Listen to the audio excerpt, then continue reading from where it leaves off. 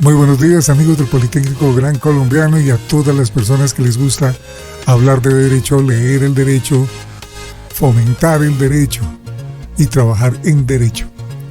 Desde Bogotá les habla Juan Carlos Tejero Medina para todos. Hoy hablaremos de los principios lógicos, verdad y validez, escenario 8 de nuestra hermosa carrera del derecho en argumentación. Lógica, verdad y validez. La práctica jurídica es un ejercicio que contempla principios lógicos desde la concepción de este como de su análisis. Falta ver el uso regular de expresiones como es lógico que, aduciendo una razón de peso tal que pareciera no tener reputación. Igualmente, las ideas se expresan a partir de marcos lógicos en donde cada causa genera un efecto y este, a su vez, permite la toma de decisiones. Referencias a otros textos, normas o decisiones como pautas que otorgan fuerza, afirmando que ello se deduce de X libro o Y sentencia judicial. También se utilizan palabras como demostración, coherencia y secuencia, como cuando se relatan los hechos a los que se les da una secuencia lógica basada en la importancia, el grado o las fechas en que sucedieron. Otra expresión usada en la esfera judicial, que es una aspiración de los abogados cuando actúan frente a un juez, es la de demostrar la verdad verdadera de las cosas, de los hechos, habiendo múltiples formas de hallarla, como con la afirmación y la confirmación que hacen las partes sobre un mismo hecho, o las pruebas que se aportan, decretan y practican. Pero también se presumen y se infieren otras tantas realidades que resultan siendo todas las anteriores verdades jurídicas, aunque no materiales. Cisneros Farías 2019 lo describe de la siguiente manera: no basta el conocimiento de la correlación entre la verdad de los hechos y el concepto jurídico. Es necesario delimitar el nombre, término, figura jurídica del concepto a aplicar y que éste a su vez se encuentre capturado por una norma jurídica. Debe haber entonces entre el hecho demandado, el concepto que encierra ese hecho y la norma que captura a ambos una ecuación lógica. Respecto de la verdad material, es decir, la verdad sobre los fenómenos del mundo, que no es el objeto del derecho, no es una cuestión inherente a la lógica jurídica, una norma no es verdadera ni falsa, sino válida o inválida. Kelsen 2009. Aplicable o inaplicable. Bobbio 2016. Hart, Kelsen 2009. Justa o injusta. Dworkin 2012. Pero no verdadera o falsa. Tampoco lo es la enunciación, sino solo las proposiciones, en el sentido de que son afirmaciones sobre algo. El acto de enunciar no es ni verdadero ni falso. Solo una proposición puede ser verdadera o falsa. Y como ejemplo, Kelsen recurre a Newton. Los enunciados de Newton sobre la gravedad, si fueron verdaderos, lo fueron antes de que Newton los enunciara, y serán verdaderos después de haberlos enunciado. Esta, además, la afirmación de Atienza sobre la crítica de Holmes y Dewey a la lógica, en el sentido de que la argumentación jurídica no se identifica con la lógica jurídica, pero la lógica es una dimensión de la argumentación, aplicable al uso de la lógica como razón y no como método. Si se asume esa perspectiva, la crítica a la lógica formal de Holmes y Dewey, no es difícil aceptar que cuando nos ponemos a pensar sobre un problema, no tenemos a nuestra disposición ciertas premisas de las que partir, sino que más bien arrancamos a pensar en forma más o menos confusa, y las premisas van emergiendo a partir del análisis de la situación. Teniendo en cuenta que la lógica estudia la forma de nuestros pensamientos, conceptos, juicios, raciocinios, solamente desde el punto de vista de su estructura, es decir, desde el punto de vista de su forma lógica, Cisneros Farías, página 5, 2019, y que el derecho se basa en un sistema normativo que no tiene pretensión de veracidad, sino de validez. La lógica permite, como lo afirma la Corte Constitucional en sentencia C504 del 93, determinar qué argumentos son válidos y cuáles son las razones de su validez. La lógica, en su acepción más abstracta, es la disciplina que estudia las reglas de razonamiento necesarias para la construcción de cualquier otra ciencia. Pese a la multiplicidad de sentidos con que puede utilizarse el vocablo, lógica formal, lógica material, lógica clásica, lógica deóntica, lógica proposicional, lógica paraconsistente, entre otros, lo cierto es que la lógica ofrece un sistema de reglas que permite distinguir argumentaciones válidas de las no válidas. En este sentido, la lógica se ocupa exclusivamente del aspecto formal del razonamiento. La observancia de las reglas de la lógica no es condición suficiente, mas sí necesaria para la existencia de una ciencia. Analízalo a partir de un ejemplo. La regla general A dice que el deudor a que incumpla una deuda debe pagar intereses de mora al acreedor. Es un enunciado normativo. Dicho enunciado no es ni verdadero ni falso, sino válido o inválido. De él resulta un proceso que se sigue con la regla A más B igual C y quedaría de la siguiente manera. A igual regla general o premisa mayor. El deudor que incumpla una deuda debe pagar intereses de mora al acreedor. B. Premisa menor. Pedro debe a José 100 pesos y no los ha pagado. C. Conclusión. Pedro debe pagar a José el dinero adeudado y los intereses de mora. La actividad judicial consiste en varios aspectos. A. Se debe verificar la validez de la norma jurídica.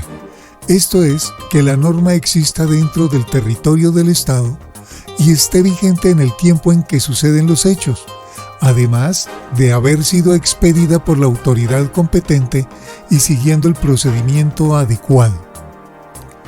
B. Se debe verificar la ocurrencia de los hechos. Para ello, las partes aportarán o solicitarán la práctica de pruebas con el fin de demostrar la ocurrencia material de las afirmaciones. Por parte de José, aportará el título valor, mientras que Pedro aportará las constancias de haber pagado. C. El juez verifica los hechos y los encaja dentro de la descripción de la norma y, en caso de encuadre correcto, dictará una decisión.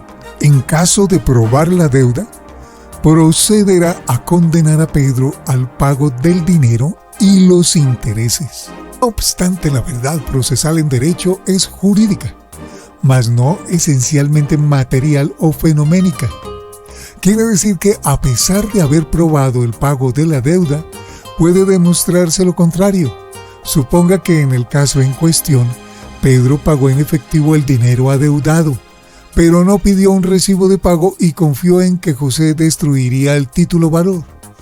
José demanda a Pedro y éste no tiene cómo demostrar el pago efectivo siendo condenado. En este caso, independiente de las cuestiones éticas implicadas, especialmente en la forma en que actúa José, hay dos verdades, la material y la jurídica, prevaleciendo la última de ellas. Existe también un debate en torno a la verdad formal, la verdad lógica o del pensamiento y la verdad material, la verdad de las cosas del mundo. Así, las cosas que materialmente son falsas, pero formalmente verdaderas. Por ejemplo, si yo afirmo, todas las ballenas en este salón de clases son púrpura, materialmente es falso, pues no existen las ballenas púrpura y sería difícil ver una ballena dentro de un salón de clases. Sin embargo, formalmente, la doble negación es una verdad y, por tanto, tenemos dos negaciones. Primero, porque no hay ballenas en el salón, y segundo, porque ninguna ballena es púrpura. El resultado es que, como no hay ninguna ballena en el salón, es cierto que todas, 0, son púrpuras. Sierra 2007. No debe confundirse con situaciones de doble negación de uso cotidiano como no tiene nada, no hizo nada o no vino nadie, en las que hay más bien una reafirmación de la negación principal. Por ejemplo, en el ejemplo, la premisa mayor, la regla general, y la conclusión, la decisión judicial, no son verdaderas ni falsas, sino enunciados. El enunciado será verdadero si se afirma o niega algo acerca del mundo. Pero Pedro pagó, mas no si es una orden.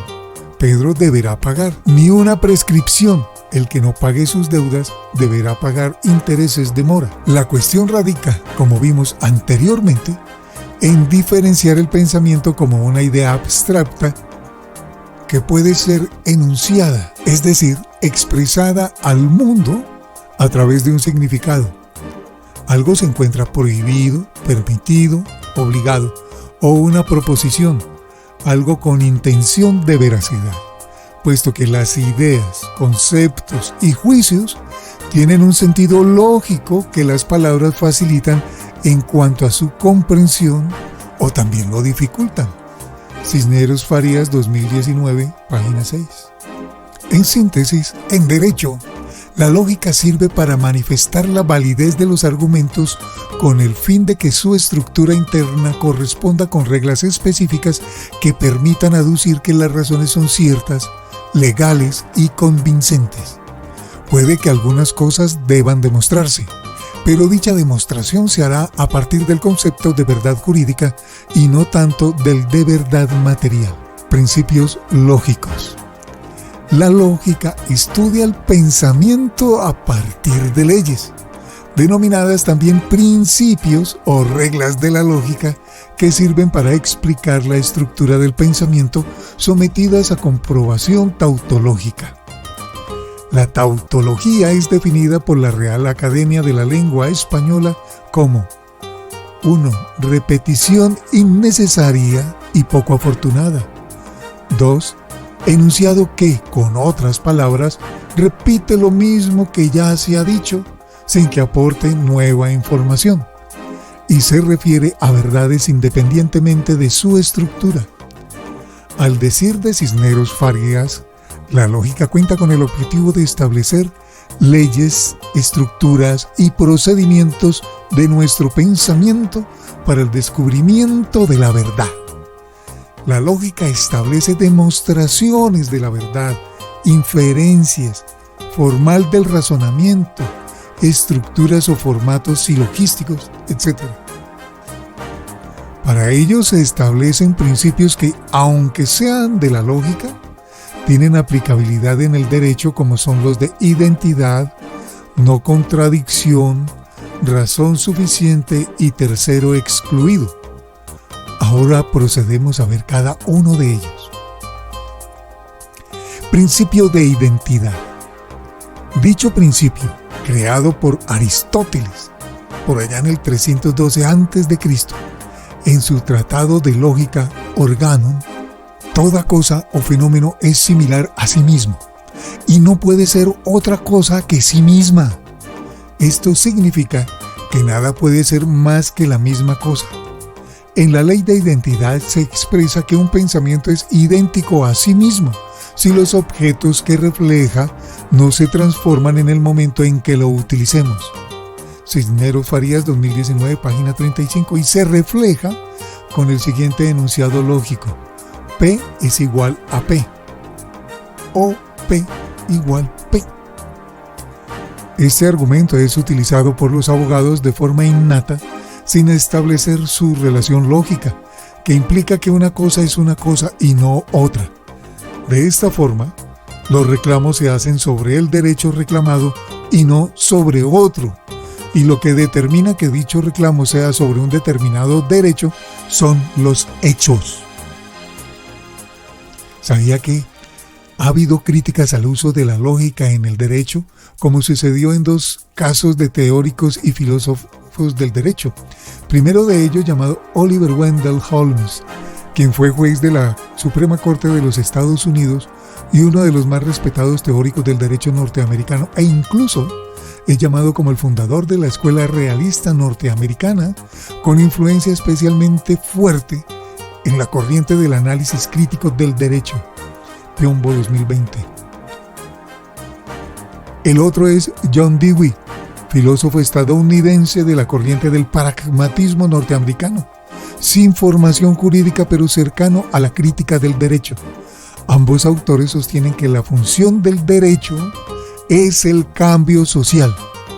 Campeotto 2019. El precedente judicial, la teoría de la razón y la extensión jurisprudencial de la decisión defendida por la Corte Constitucional y el Consejo de Estado también se fundamentan el principio de identidad, puesto que a situaciones iguales el trato debe ser igual. Además, dicho principio es la finalidad perseguida en los artículos 10 y 269 del Código de Procedimiento Administrativo y de lo Contencioso Administrativo, Ley 1437 de 2011. Artículo 10 o 10. Deber de aplicación uniforme de las normas y la jurisprudencia. Al resolver los asuntos de su competencia, las autoridades aplicarán las disposiciones constitucionales, legales y reglamentarias de manera uniforme a situaciones que tengan los mismos supuestos fácticos y jurídicos. Con este propósito, al adoptar las decisiones de su competencia, deberán tener en cuenta las sentencias de unificación jurisprudencial del Consejo de Estado en las que se interpreten y apliquen dichas normas. Subrayado fuera del texto original. Artículo 269. Procedimiento para la extensión de la jurisprudencia del Consejo de Estado a terceros.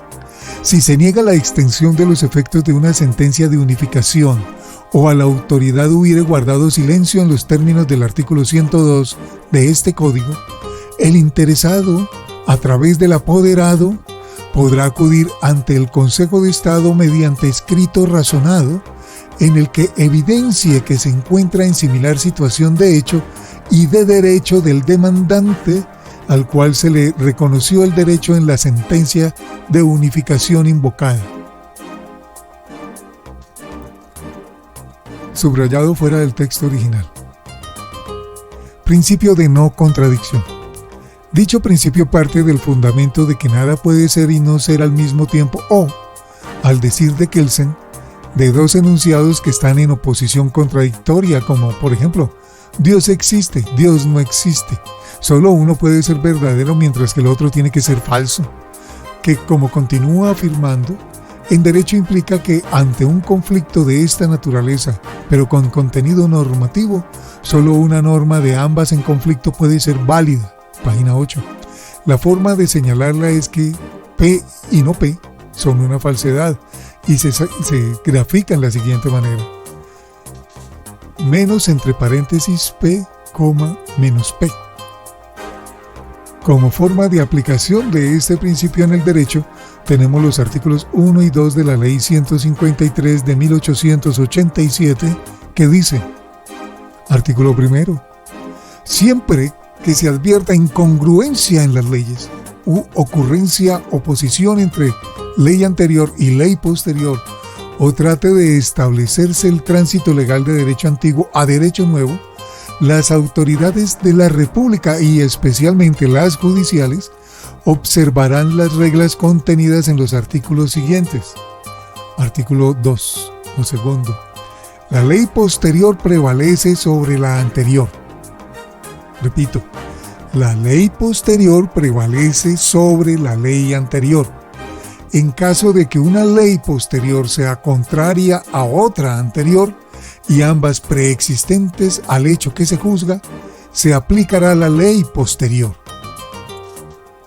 Como el principio de no contradicción manifiesta que una cosa es solo una cosa y no puede ser otra, en el derecho existen situaciones en que dos normas jurídicas válidas aplican a un caso concreto, Cuando ello se presenta, y dado que las consecuencias jurídicas son contrarias, no pueden aplicarse ambas a la misma situación de hecho. Principio de razón suficiente. La forma en que se describe dicho principio por parte de Cisneros es: para considerar que una proposición es completamente cierta, ha de ser demostrada. Es decir, han de conocerse suficientes fundamentos en virtud de los cuales dicha proposición se tiene por verdadera. Este principio resulta importante en la concepción y práctica del derecho y se concibe como una relación entre la afirmación y las razones que permiten afirmarla. En la vida cotidiana tomamos decisiones. Algunas de ellas son fundamentadas en deseos, ideas, pasiones, ideologías y, en general, podemos reafirmarnos a nosotros mismos al concebir que contamos con razones de nuestro actuar, concluyendo de esta forma que somos libres. Sin embargo, en derecho no es posible hacer dicha afirmación de que el fundamento es la libertad, sino la justificación suficiente de algo que nos permita concluir otra cosa. De esta forma, el abogado no puede dar una asesoría errada a su cliente ni prometerle resultados irrealizables. El legislador no puede legislar desconociendo los principios de unidad de materia, los derechos humanos ni la Constitución. Y el juez no puede decidir basado solo en su libre albedrío. En cada uno de los procederes entredichos existen razones y fundamentos que dan como resultado que el abogado interponga una demanda específica, el legislador expida una norma general y el juez decida en cierto sentido en caso sometido a su conocimiento. Sobre el particular, un ejemplo de razón suficiente puede ser la ratio decidendi de una sentencia que, al tenor de lo dispuesto por la Corte Constitucional, puede considerarse que se ha identificado adecuadamente la ratio de una sentencia de constitucionalidad cuando 1. La sola ratio constituye en sí misma una regla con un grado de especificidad suficientemente claro, que permite resolver efectivamente si la norma juzgada se ajusta o no a la Constitución. Lo que resulte ajeno a esta identificación inmediata no debe ser considerado como la ratio del fallo. 2. La ratio es asimilable al contenido de la regla que implica en sí misma una autorización, una prohibición o una orden privada de la Constitución. Y 3. La ratio generalmente responde al problema jurídico que se plantea en el caso y se enuncia como una regla jurisprudencial que fija el sentido de la norma constitucional en la cual se basó la Corte para abordar dicho problema jurídico. Corte Constitucional, sentencia T-292 de 2006. Principio de tercero excluido. Dicho principio de la lógica dispone que ante una contradicción entre dos proposiciones se es una o la otra y no ninguna otra. O como se dice coloquialmente, se es o no se es, o blanco o negro, y se grafica de la siguiente manera, entre paréntesis P, verdadero, contrario P. Según ello, P puede ser verdadera o falsa, pero no un punto intermedio y, aunque puede confundirse con el de no contradicción, esto no es así porque hay un elemento novedoso en el principio. El principio de tercero excluso no es idéntico al de no contradicción. Añade una nueva idea, la de que no se puede encontrar una nueva opción entre el ser y el no ser. Cisneros Farías, 2019, página 38. Referencias: Aristóteles, 1988. Tratados de la lógica, Organón. Trabajo original compilado en 312 a.C. M. Candel Santamarín. Traducción. Atienza, 2018, curso de argumentación jurídica, editorial Trota. Bobbio, Teoría General del Derecho, editorial Temis. Campeotto, Giro estético y vanguardia, acerca de la influencia del pragmatismo de John Dewey en artistas norteamericanos, Pensando, Revista de la Filosofía. Cisneros Farías 2019, Lógica Jurídica, Editorial Porrúa.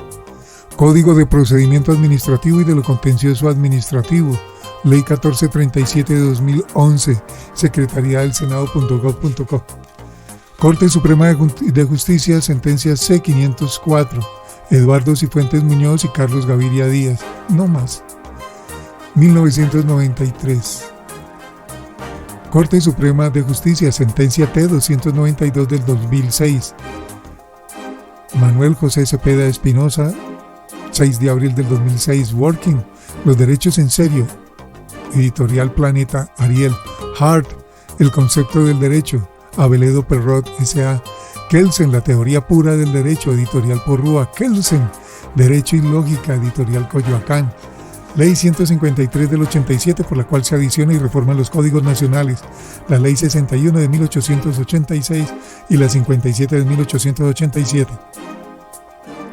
Piombo, el pragmatismo judicial de Oliver Wendell Holmes Jr. y la teoría predictiva del derecho, Doxa, Cuadernos de Filosofía del Derecho, Real Academia Española, Tautología, en Diccionario de la Lengua Española, RAE.